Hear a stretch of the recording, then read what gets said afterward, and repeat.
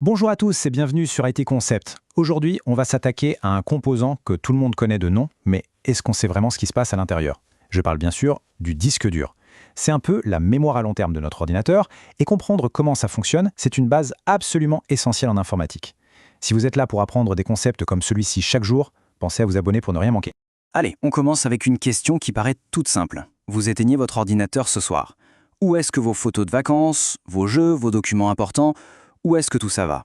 Comment se fait-il que, comme par magie, tout soit encore là demain matin quand vous le rallumez? Eh bien la réponse, c'est justement le disque dur.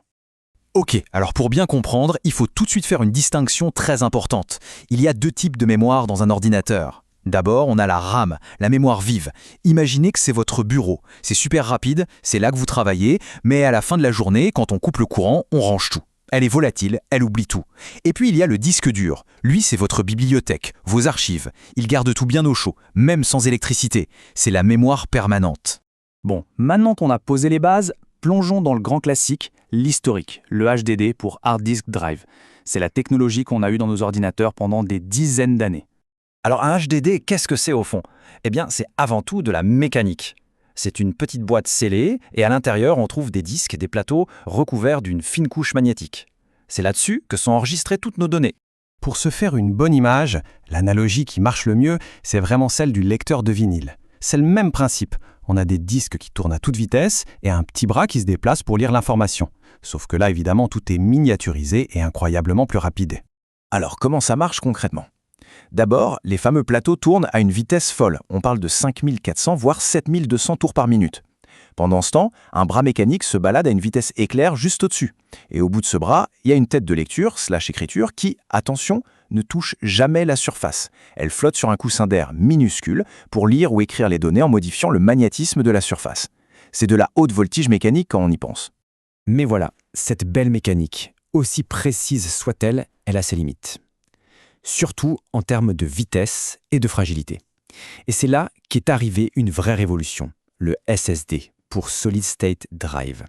Avec le SSD, on change complètement de monde. Fini les pièces en mouvement, fini le bruit, fini la mécanique. C'est un stockage qui est 100% électronique. Il utilise des plus de mémoire qu'on appelle flash. Pour faire simple, imaginez une énorme clé USB, mais en beaucoup plus rapide. Et comme il n'y a rien qui bouge, l'accès aux données est presque instantané. Voilà la différence fondamentale. D'un côté, le HDD, un petit bijou d'horlogerie, mécanique, précis, mais avec un temps de réponse. De l'autre, le SSD, un circuit imprimé, de l'électronique pure, silencieux et ultra réactif. Et cette différence, elle va avoir un impact énorme sur les performances de votre machine. Et regardez ça, les chiffres parlent d'eux-mêmes. Pour une tâche aussi simple que le démarrage de Windows, un ordinateur avec un HDD va mettre entre 2 et 5 minutes. Avec un SSD, on tombe à 5 à 25 secondes. La différence est juste colossale. Ce n'est pas une petite amélioration, c'est littéralement le jour et la nuit en termes de confort d'utilisation. D'accord, le SSD est beaucoup plus rapide. Alors la question qui tue, est-ce que ça veut dire que le bon vieux HDD est bon pour la poubelle? Eh bien, pas si vite. Tout dépend de ce qu'on veut en faire. Voyons ça ensemble. Ce tableau résume parfaitement le match. Le HDD reste le champion du prix au gigaoctet. Il offre des capacités de stockage monstrueuses, parfait pour archiver des téraoctets de photos, de vidéos. Le SSD, lui, gagne haut la main sur la vitesse et sur la robustesse. Comme il n'y a pas de mécanique, il craint beaucoup moins les chocs. Par contre, il est encore plus cher. C'est un arbitrage à faire. Alors, quelle est la solution idéale pour beaucoup de monde aujourd'hui?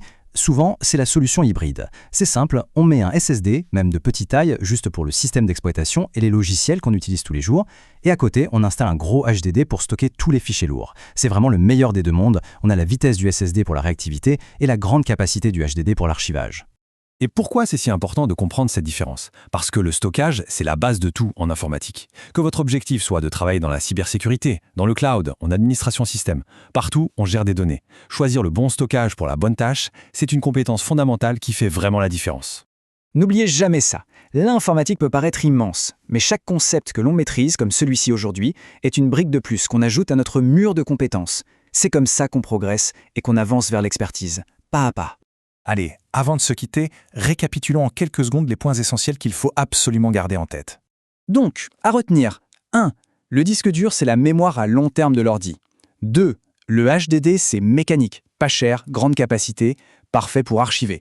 3. Le SSD, c'est électronique, ultra rapide, robuste, idéal pour le système d'exploitation et les jeux. Et 4. Bien souvent, la solution la plus intelligente, c'est de combiner les deux. Et voilà, j'espère que cette présentation vous a permis d'y voir plus clair. Si c'est le cas et que vous avez appris quelque chose, un petit j'aime, ça fait toujours plaisir et ça soutient énormément le travail derrière ces explications.